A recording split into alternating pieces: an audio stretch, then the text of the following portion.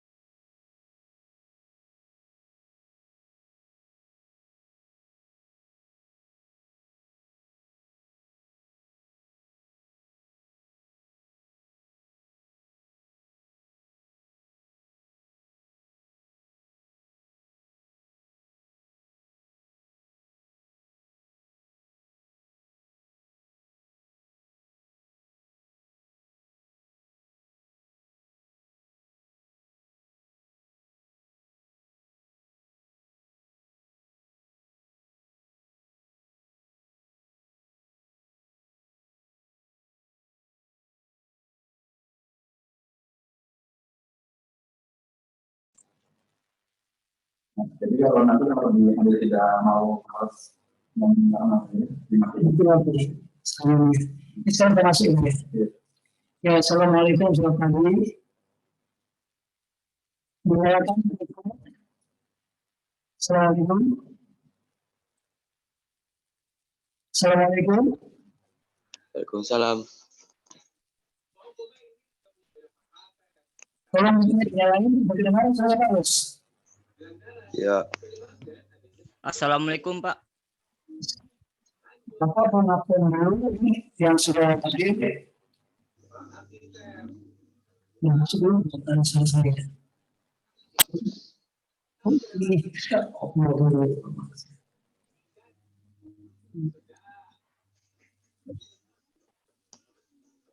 Assalamualaikum, selamat pagi.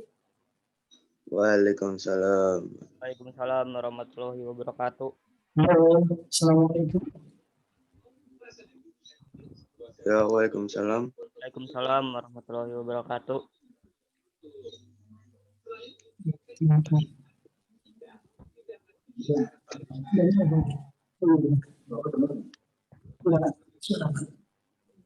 Halo. Halo, assalamualaikum. Waalaikumsalam.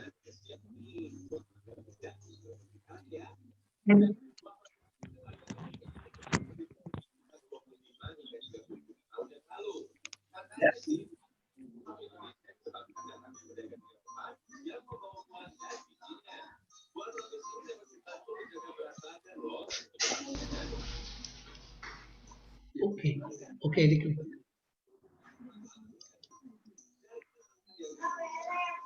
Mana Pak? Oh ini ya. Halo, assalamualaikum.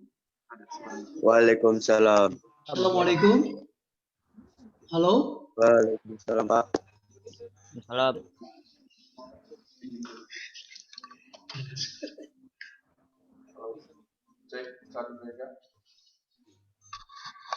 Cek 1 2 3.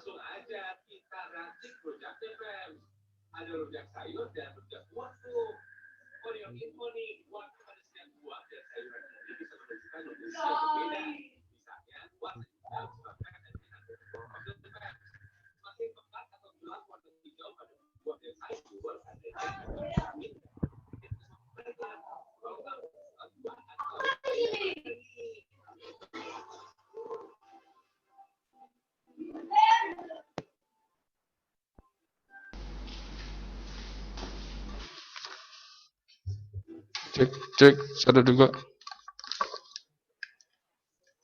Cek. Halo. Dengar nggak? Alia Malika. Dengar nggak? Kurang Pak, kurang gede. Alia Malika, dengar nggak? Kurang gede, Pak. Dengar ya? Cek.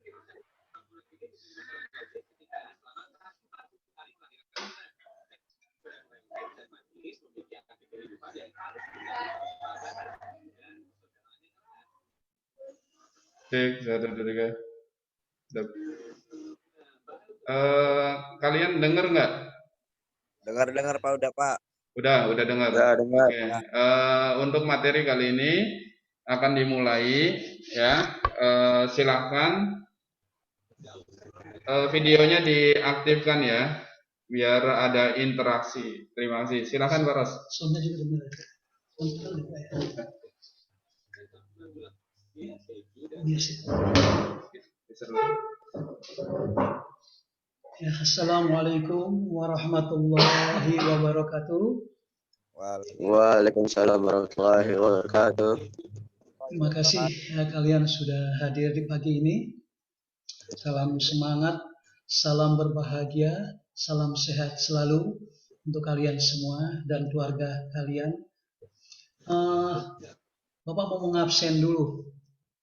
Ini Alia Malika 97.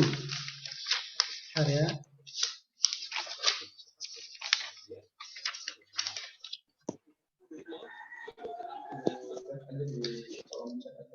Gimana? Yang hadir Pak ya? Yang hadir langsung di kolom absen aja.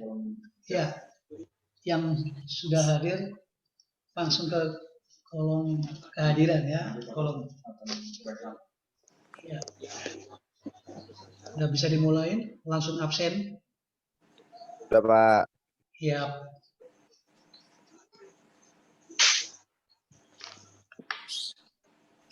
Dan kalau ngecilin dikit gimana? Iya, dikit aja deh. Jangan kekencangan. Iya. Iya. Iya. Cukup. Iya, cukup. Iya.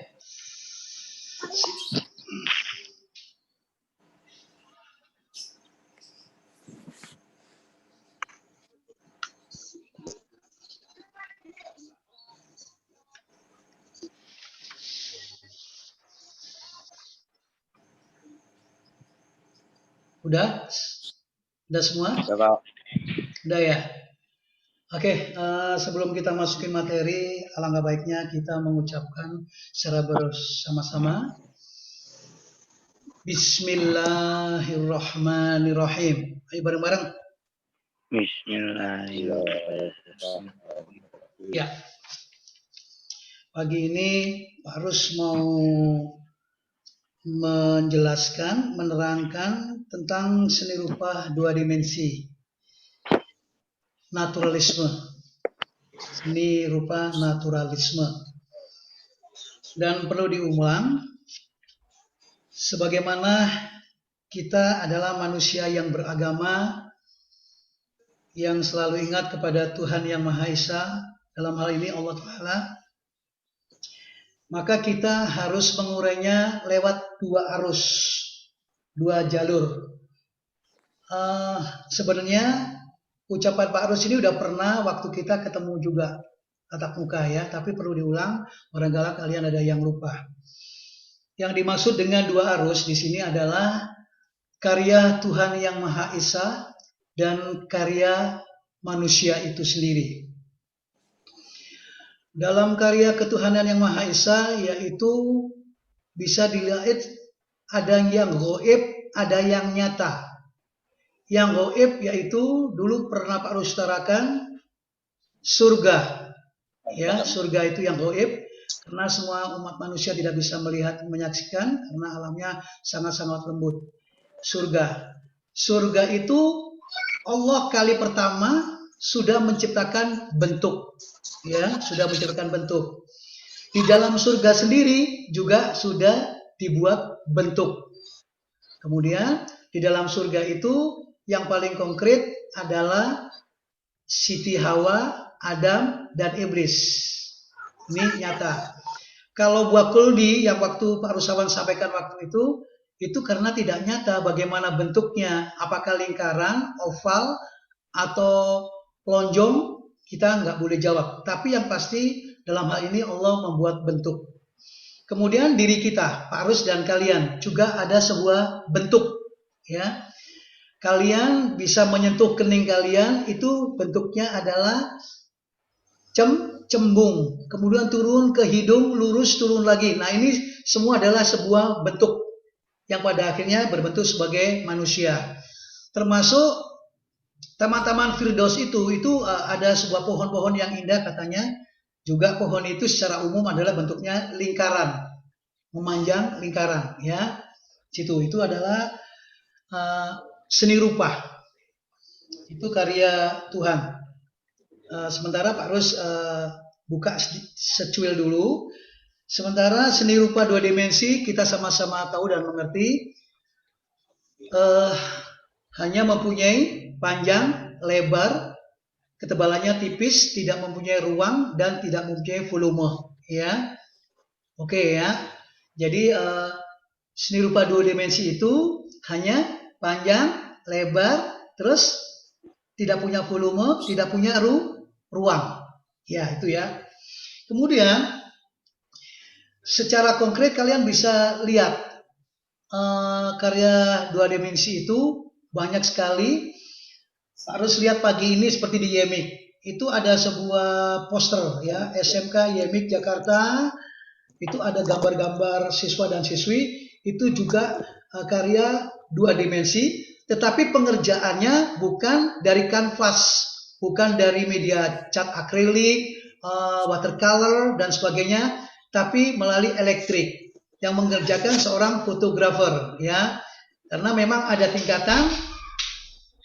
tingkatannya di mana ada seni rupa yang dilakukan dengan cara menggores kanvas, ada yang langsung dilakukan dengan cara poster. Nick Ardilan, Iwan Fales, Rosa dan sebagainya itu adalah pekerjaan seniman fotografer ya. Nah, Pak Rus akan menyebutkan beberapa unsur seni rupa. Seni rupa di sini ada naturalisme, realisme, kubisme, ekspresionisme, siluet, surrealisme, dekoratif, batik, romantisme, abstrak, kontemporer, dan karikatur. Jadi lebih kurang 13 unsur seni rupa. Itu yang bisa kalian nikmati dan dikerjakan oleh pelaku-pelaku seni. Ya. Nah, Pak Rus mau kembali ke dunia seni rupa 2 dimensi. Di sana itu banyak seolah-olah karena di sana hanya mempermainkan terang dan gelap, pencahayaan ya. Nahda itu kalau dilihat Pak Rus, dia kan pakai kerudung. Jadi keningnya itu sebagian gelap, tidak dapat cahaya ya. Ini juga sebetulnya 3 dimensi, tapi secara teoritis Pak Rus ngomong 2 dimensi. Kalau Pak Rus meraba Najwa, maka rata. Tidak bisa Pak Rus merasakan keningnya bagaimana, hidungnya bagaimana, pipi, bibir, dan dagunya bagaimana. Tidak bisa. Kemudian Abdul Aziz, yang gelap di situ justru di wilayah kacamata, di bawah hidung. Kemudian leher, itu gelap. Ya. Kemudian Nur Hayati, Pak Rus lihat sama di bagian kerudung, kening itu gelap, pipi sebelah kiri Pak Rus ini juga gelap. Nah, sekali lagi, yang paling gelap di sini Pak Rus adalah Ahmad Faisal. Pencahayaannya kurang ya. Nah, itu adalah 2 dimensi, mempunyai 2 karakter, gelap dan terang. Nah, bagaimana sehingga Najwa, Nur Hayati, Anto Fair, terus Pak Yitno, ya keluarga Pak Yitno ini kelihatan seolah-olah menonjol. Sekali lagi, kalau yang menonjol dalam seni rupa 2 dimensi itu pasti dikasih cahaya, ya kasih cahaya. Di keluarga Pak Yitno, namanya siapa ya ini ya kurang tahu ya, atau di Suci Ramadhani, itu yang terang di pipi sebelah kanan itu kena cahaya, hidung kena cahaya. Seolah-olah menonjol. Kemudian Muhammad Farhan, semuanya kelihatan terang benderang, pencahayaannya full. Ya, walaupun di situ ada gelap sedikit, seolah-olah menonjol juga. Bagian yang menonjol harus ada cahaya yang terang. Yang gelap, yang melengkung, yang cekung berarti tidak mendapatkan cahaya. Itu ya, ini adalah sifat dari karya seni rupa 2 dimensi. Harus kembali ke naturalisme. Naturalisme itu seniman terkadang memilih setting cahaya yang lebih dramatis pada saat sebelum terbit atau tenggelamnya matahari untuk mendapatkan pencahayaan golden horse. Pemilihan cahaya dramatis seperti itu adalah satu ciri romantisme yang diberontak oleh aliran naturalisme. Nanti di sini ada perbedaan antara realisme dan naturalisme. Kita ngomong dulu temanya adalah naturalisme. Naturalisme menganggap dalam pencahayaan yang tidak dramatis, seperti itu pun keindahan alam tidak dapat digambarkan. Naturalisme itu adalah seni rupa yang mengangkat dari alam semesta, dari alam. Ya, sekali lagi naturalisme itu selalu mengejar, memburu ide, gagasan, inspirasi dari alam semesta. Itu ya. Seniman biasanya pakai model. Dia membidik objeknya secara tepat. Tidak boleh kurang, tidak boleh lebih. Kalau realisme itu mirip, tapi kalau naturalisme itu berdasarkan referensi yang ada, masukan yang ada, contoh yang ada, model yang ada. Itu naturalisme. Sekali lagi, naturalisme tadi mengambil dari alam semesta. Aliran naturalisme adalah salah satu contoh bagaimana sebuah aliran juga dapat didefinisikan berabad-abad setelah pergerakan awalnya muncul. Karena meskipun pergerakan naturalisme adalah wujud pengembangan dari realisme serta melawan romantisme, prototipnya sudah ada dari abad ke-17-an pada tahun 1820-an. Bentuk awal naturalisme sudah menjadi tren dominan dalam lukisan pemandangan. Sebagian besar karena pengaruh seniman Inggris John Constable. Ya, jadi sekali lagi karya naturalisme itu adalah lukisan pemandangan.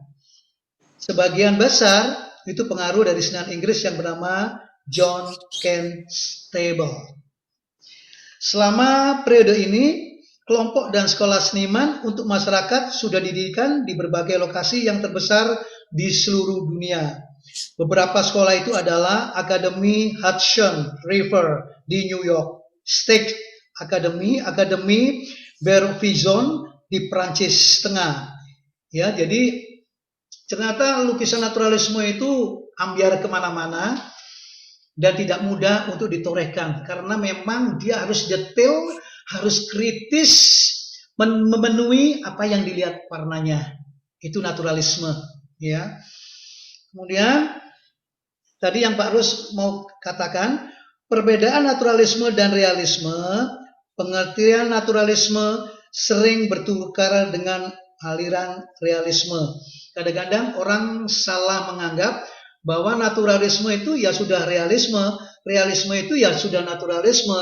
Terus begitu ringannya orang-orang mengatakan naturalisme dan realisme adalah adik kakak, kakak beradik, ya karena tipis banget, ya. Itu yang dimaksudkan. Padahal sebetulnya cukup mudah untuk membedakannya. Realisme mengangkat tema yang realistis. Gambar pada lukisan tidak harus selalu mirip dengan referensinya. Jadi kalau tadi realistis itu tidak harus mirip dengan aslinya, sementara justru naturalisme itu harus mirip dengan keasliannya. Sulit banget, ya.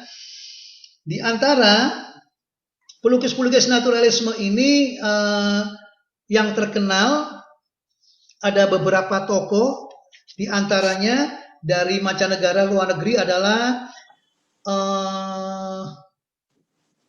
ini dulu, yang dari Indonesia dulu, Basuki Abdullah dan Abdullah Surya Subroto. Ya, ini yang dari Indonesia. Pak Rus nanya, tadi naturalisme mengambil dari alam semesta. Pak Rus mau nanya, kalau kalian melihat objek, ditanya gunung itu warnanya apa? Udah pernah disampaikan waktu-waktu kemarin itu, apa? Gunung itu warnanya apa? Gunung warnanya apa? Gunung warnanya apa? Ayo. Laut warnanya? Muda ya? Laut warnanya? Hah? Ayo, kita nggak apa-apa. Supaya hidup suasana. Kalau gunung warnanya? Ayo. Hijau. Gunung warnanya hijau. Keren. Nanti dulu ya. Tadi siapa yang bilang hijau? Terima kasih. Saya. Siapa? Siapa? Muhammad Padrian Pisal. Oke, Muhammad Fajian ya. Gunung warnanya hijau. Ada lagi yang mengatakan gunung warnanya apa? Hijau udah. Terus? Coklat. Coklat. Oke, terus? Hijau, coklat. Terus? Biru, umum ya. coklat, hitam, biru, umum. Ada lagi?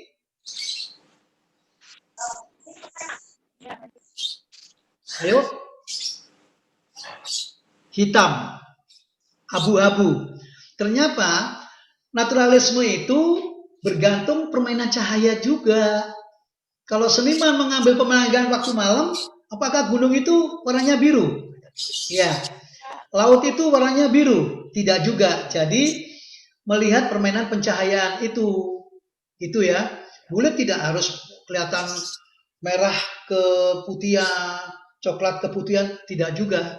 Jadi secara objektivitas, sebenarnya melihat model yang dilihat objeknya seperti itu, ya beliau lukis.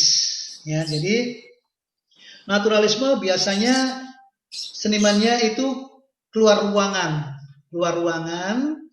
dia pergi ke Cilacap, mungkin ke Jogja, kemana, melihat objek-objek yang dilihat. Ya, itu naturalisme. Gunung, rumah, dan sebagainya, ada garis nggak di sana? Ada garis-garis nggak? Ada garis. Oke ya, kalau bangunan seperti sekolahan kalian, SMP YMIK ini, gedungnya tetap ada garis. Garisnya apa Pak? Panjang dan lebar, kemudian vertikal dan horizon. Ada yang berapa derajat itu, 30 derajat, 40 derajat, 45 derajat, di sana ada semua. Karena YMIK sifatnya pilar-pilarnya adalah persegi. Tetapi kalau kalian lebih berkembang lagi ke perkotaan, kalian pergi keluar sana, maka gedung-gedung itu ada yang lingkaran, ada yang trapesium dan sebagainya. Itu kembangan juga. Itu sebetulnya kalau Pak Rus berani mau ngomong agak salah, itu juga sudah naturalisme sebetulnya, karena objeknya apa yang dilihat itu persis dan referensinya seperti itu. Dia nggak pernah mengada-ada, ya. Itu naturalisme. Lalu ini pengertian naturalisme adalah aliran seni yang mengutamakan keakuratan dan keberikan objek yang dilukis agar tampak natural dan realistis seperti referensinya yang barusan Bapak omongin tadi. Naturalisme adalah bentuk apresiasi seniman pada keindahan alam. Yang tadi ya, gunung, langit, awan, perahu yang sedang berlayar di danau, di sungai yang berombak, dan sebagainya. Terus, di keindahan pemandangan di sekitar seperti yang terjadi pada pergerakan Moi Indi di Indonesia dalam kuring India Belanda tepatnya. Ya, coba Pak Rus mau bertanya tentang naturalisme. Kalau misalkan ada seorang seniman datang ke wilayah kumuh, tetapi tidak di perkotaan, di pinggir kota, backgroundnya gunung, ada ibu-ibu lagi menetein didiknya gitu, itu naturalisme bukan? Ini agak menyimpang dari tema.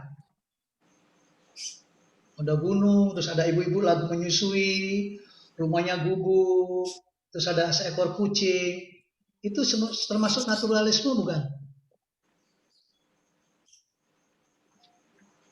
Ya. Itu perkawinan, ya, kolaborasi. Sudah ada gunung, sudah ada ibu-ibu menyusui anaknya dan sebagainya. Itu kolaborasi antara naturalisme dan realisme, ya, gitu. Tadi Pak Rus kurang untuk menyebutkan tokoh-tokoh seni naturalisme tadi. Di antaranya lagi adalah Thomas Kuhl, William Bliss Baker, itu adalah seniman naturalisme. Ya, itu aja. Nanti Pak Rus mau memberikan tugas kepada kalian. Ditulis dulu sama kalian ya tugasnya. Ambil kertas sama ballpoint. Kita bedah lagi naturalisme. Sekarang tugas dulu ditulis ya. Ada 5 soal. Ditulis dulu. dulu.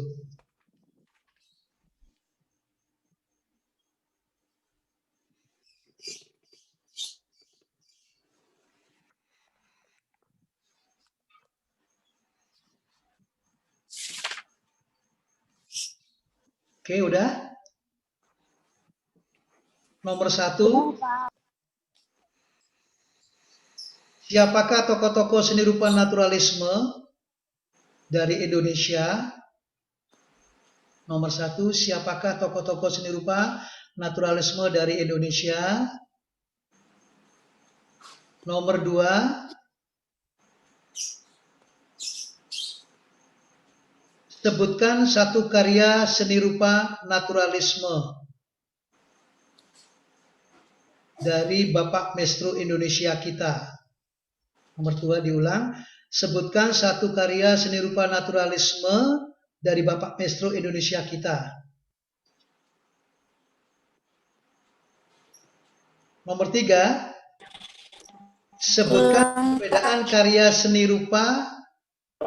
Nomor 2 apaan, Pak? Nomor 2 tadi, sebutkan satu karya seni rupa naturalisme dari Bapak Maestro Indonesia kita.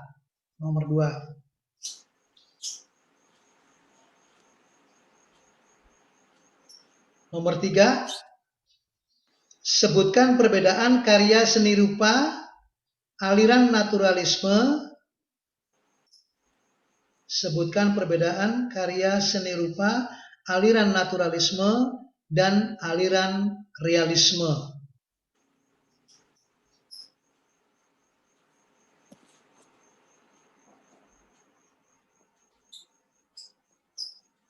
Empat, di luar naturalisme, apa yang dimaksud dengan tarian kolosal? Apa yang dimaksud dengan tarian kolosal?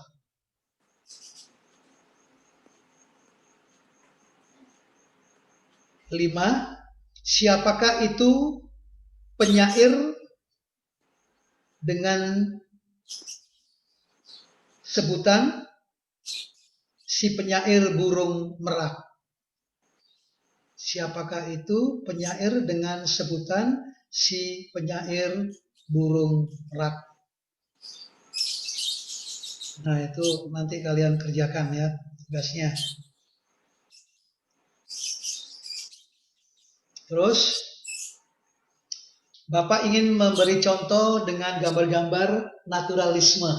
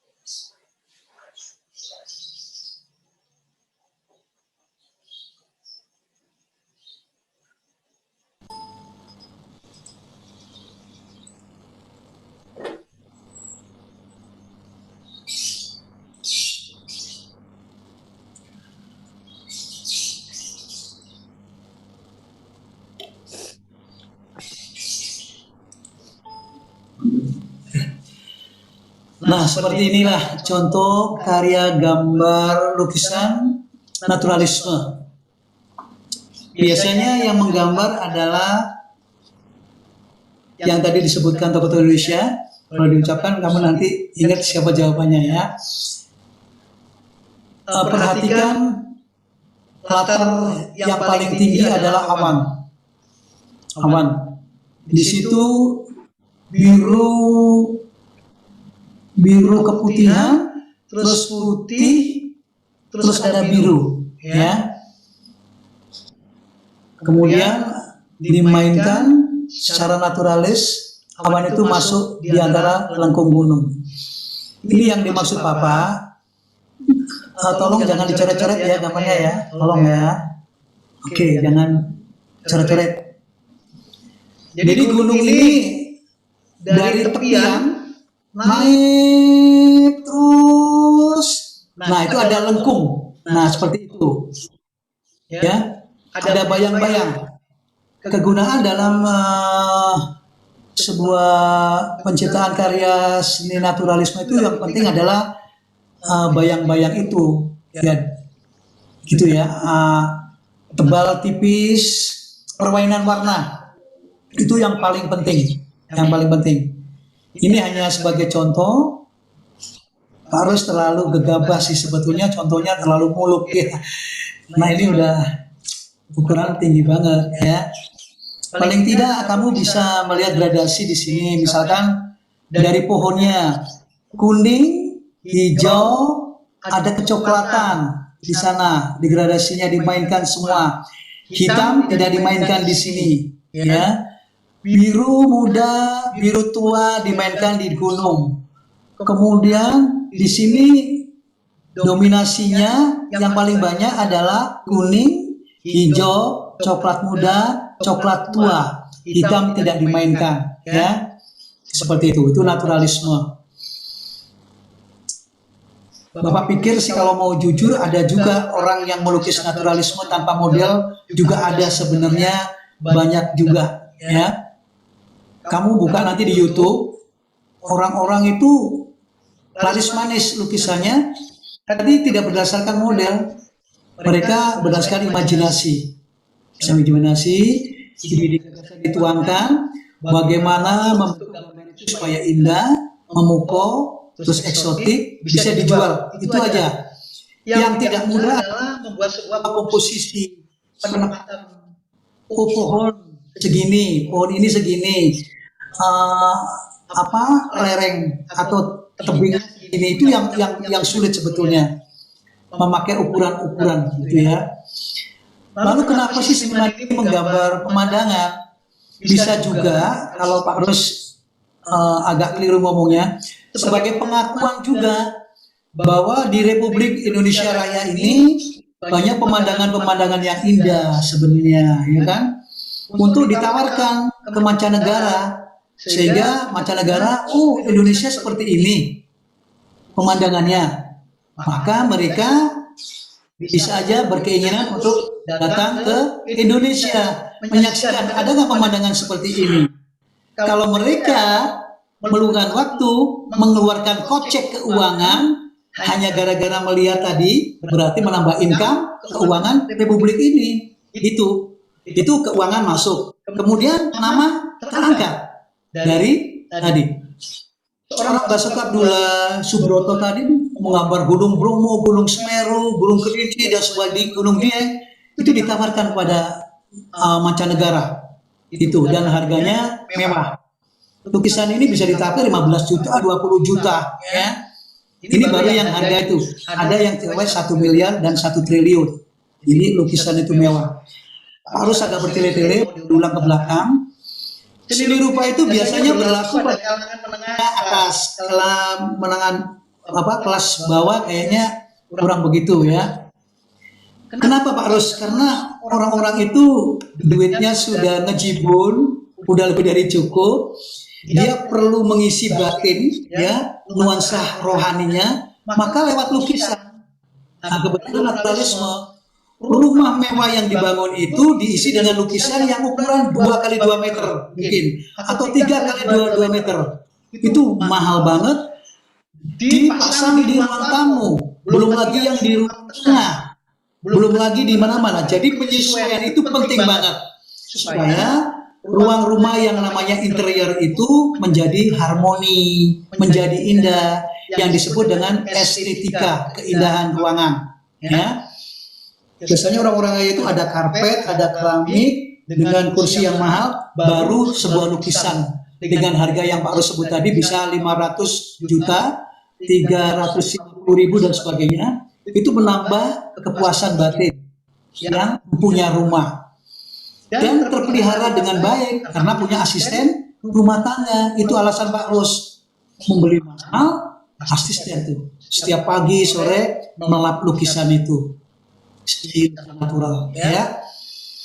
Itu sekali lagi, kalau untuk kelas bawah Pak Ros agak memberanikan diri, kurang begitu berminat karena mereka hanya berpikir ya hari-hari bagaimana membeli beras, sembako terpenuhi, itu aja.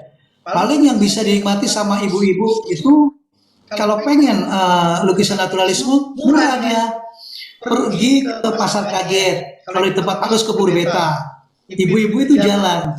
Terus ada poster yang naturalisme, dibeli sama ibu itu, dipasang di rumahnya. Entah dari batu bata, temboknya atau dari bilik, ditempel sama lakban, ala kadarnya. Dan itu sangat-sangat tidak berarti gitu ya. Sekali lagi, seni itu berlaku untuk menengah atas, termasuk tambahan-tambahan properti atau instrumen yang lain seperti piano itu mahal banget dan ada yang memelihara khusus di situ ya. Sekarang Pak Ros mau buka lagi, langsung sini aja Pak ya. Yang kedua, nah ini beda banget. Di sini yang dipermainkan adalah coklat, hitam, hijau muda, hijau tua, putih, kuning sedikit. Tapi yang dominan harus lihat backgroundnya adalah dipermainkan putih dan biru. Itu banyak banget. Hijau juga banyak ya. Ukuran skala komposisinya manis banget. Kamu lihat dari background awannya, terus gunungnya seperti itu mirip awan, tapi kalau kita melihat itu adalah gunung. Kemudian ini sebuah jalanan ya. Pencahayaannya menarik banget. Pak Ros, ini cahayanya dari mana Pak Ros? Ini cahayanya dari tengah-tengah ini.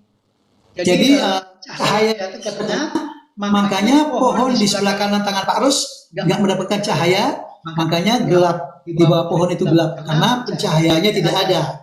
Terus di sebelah kiri tangan Pak Ros pencahayaannya datang dari sana, makanya gradasinya yang dari sini yang gelap. Karena tidak mendapat cahaya datang dari pas tengah-tengah, sehingga pas tengah itulah menjadi terang. Termasuk bunga ini, ya. Ini adalah permainan gradasi yang difungsikan warna hitam, coklat, hijau tua, hijau muda, kuning, merah sedikit-sedikit hanya untuk menghidupkan suasana. Yang penting adalah komposisi. Lalu buah ini dalam seni rupa termasuk golongan seni yang tidak beraturan. Sebenarnya tidak beraturan karena bentuknya ada yang kecil, ada yang besar, ada yang lonjong seperti itu. Tapi ketika dia memakai satu golongan buah apel ya seperti itu, maka bisa kelihatan bagus ya pencahayaannya dengan warna apel aslinya. Piring dan teplekan di belakang ada saksofon, ada trompet, ada meja tua. Jadi kesannya rumah ini tidak mewah ya, tidak mewah, tapi biasa-biasa aja. Diambil dari sisi estetiknya itu. Nah, kamu perhatikan. Di tangkir ini karena yang dapat cahaya dari atas, yang nggak dapat cahaya gelap, ya nggak dapat gelap. Terus meja juga gitu, yang tidak dapat cahaya gelap, dan seterusnya dan seterusnya. Di bawah piring juga gitu, karena nggak dapat cahaya gelap. Di tengah-tengah di antara ruang apel ini juga gelap, gitu ya. Trompet. Jadi yang terang yang kata Pak Ros tadi supaya nonjol, maka disaput dengan warna putih. Nih warna putih. Itu akan menjadi menonjol seolah-olah tempat trompet itu ada. Batang trompet juga putih, ini kamu lihat tadi ya. Termasuk gagangnya semua putih. Wilayah yang tidak mendapat cahaya tetap gelap. Kemudian di sini ada naturalisme. Sebetulnya dicampur dengan dekoratif nih. Ini wow alam. Apakah memang pelukisnya jujur atau tidak, harus kurang tahu nih. Dari pengembangan sayapnya ya, permainan di sini dominan naturalisme itu ya, coklat muda, putih dan sebagainya. Pohonnya hitam dan putih, cahaya datang dari sebelah kanan tangan Pak Rus, cahaya dari sana dan dari arah belakang itu cahayanya penuh banget. Sedangkan depan enggak, sedikit-sedikit aja ya. Lalu, nah ini ada lagi.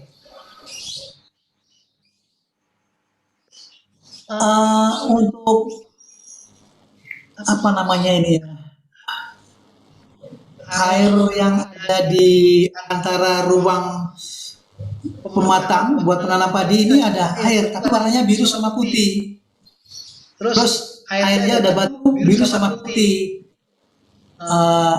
Langitnya biru, gunungnya biru. Pak Rus tanya, kenapa si seniman ini menggoreskan kuasnya dengan pewarnaan biru sama putih? Kemudian di pinggir pematang ini juga biru sama putih. Kenapa? Langitnya biru, gunungnya biru.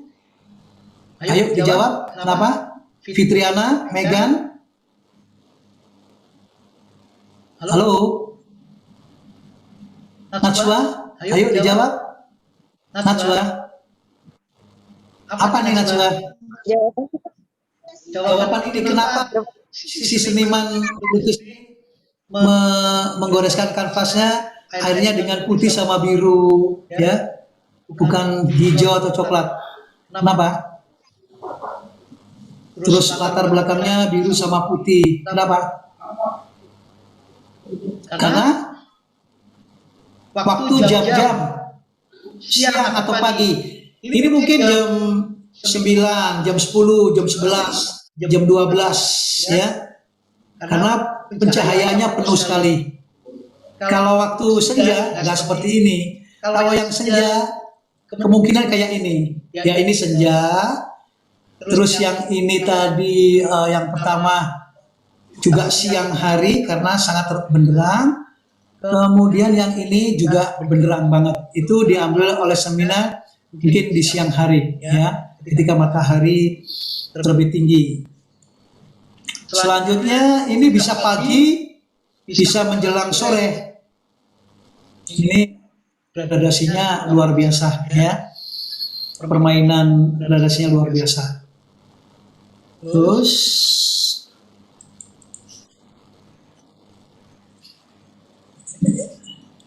nah ini yang kita sering jumpai di rumah makan Padang, orang-orang Minang. Orang-orang Minang sebagian menempelkan lukisan, gaya lukisannya seperti ini. Perahu, nelayan dengan pohon kelapa, siluet-siluet gitu, kuning dan kemerahan. Biasanya rumah makan Padang banyak seperti ini ya, ditawarkan seperti ini. Kenapa Pak Rus? Untuk menambah estetika, mungkin juga untuk rangsangan tamu memakan makanannya yang dipesan itu bisa dengan nikmat, bisa juga karena pengaruh yang warung yang jorok ya akan sepi. Kalau yang bersih terus ditawarkan dengan polesan-polesan seni rupa di dinding seperti ini, kemungkinan menambah keceriaan di rumah makan itu. Kamu perhatikan nanti ya. Nih, waktu subuh nih, mungkin pagi jam 6, naturalisme pohon kelapa digoreskan dengan sederhana, tidak ada gaya coretan yang tegas sebetulnya. Kelapanya biasa-biasa aja. Rumput juga begitu. Ya.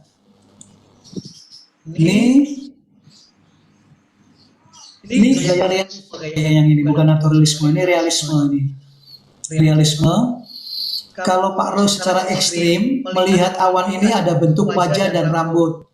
Ya, ada wajah dan rambut. Bulannya di sini lonjong tidak bulat. ya lonjong tidak bulat. Kemudian bulannya di belakang tebing tapi bisa tembus ke atas air.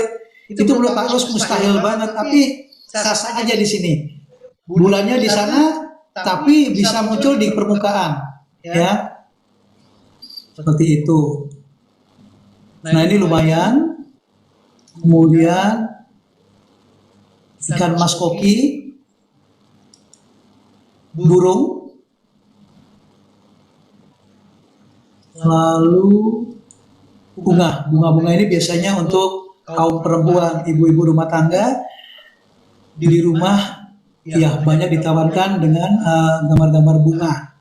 Atau kamu pergi ke klinik, ke dokter, biasanya ada lukis-lukisan bunga seperti ini, karena kalau dilihat memang nyaman, ya.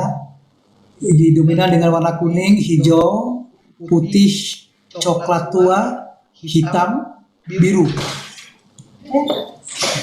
Ini ada lagi. Terus, nah kerbau. Ini Pak Rus, kenapa ini kerbau ini kelihatan lebih besar dari badan? Ini lihat, gede, badannya kecil, justru kepalanya. Karena fokus pandangan pelukisnya memang memfokuskan kepala kerbau dengan posisi kerbau yang benar-benar ke depan, ya. Makanya cahayanya lebih tegas dari badan kerbau. Ini, dan seterusnya. Kiranya Bapak akhiri pelajaran seni rupa naturalisme ini di sini aja. Kurang lebihnya Bapak mohon maaf yang sebesar-besarnya, tapi paling tidak kalian sudah masukan, oh seperti ini loh karya naturalisme. Terus tokoh-tokohnya tadi sudah dibacakan sama Rus, yaitu Thomas Kuhl, William Bish Baker, Abdullah Suryo Broto, Mas Abdullah, ya, seperti itu. Sekali lagi, sebelum kita akhiri, mari kita membacakan hamdalah. Mari kita bersama-sama. Alhamdulillahirabbil alamin. Assalamualaikum warahmatullahi wabarakatuh. Jangan lupa mengerjakan tugas. Warahmatullahi wabarakatuh.